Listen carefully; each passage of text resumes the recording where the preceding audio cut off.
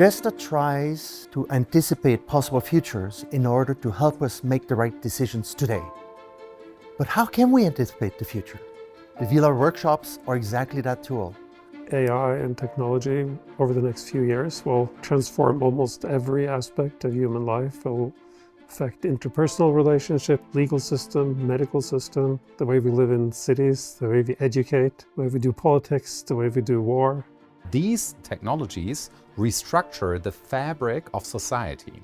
The important thing to think about is the way that once technologies do become part of life and they're available to us, do those technologies actually shape the way that we use them? Or do we reshape those technologies by the way that we incorporate them into our lives, the way that we use them for our own purposes? So we have a cycle of mutual change, which looks very much like social complexity.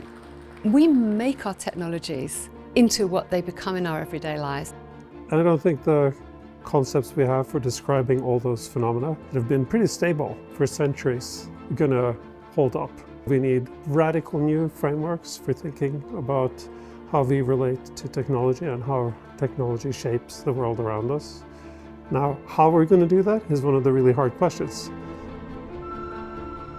One of the most successful methods we have discovered is the use of small expert groups.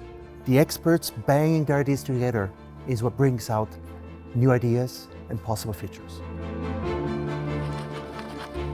The humanities are in many ways those disciplines that study the treasure house of human experience.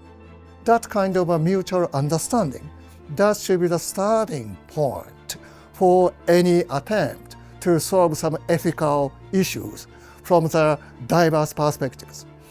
There's so much we can learn from history that we can take forward into a better future for the planet.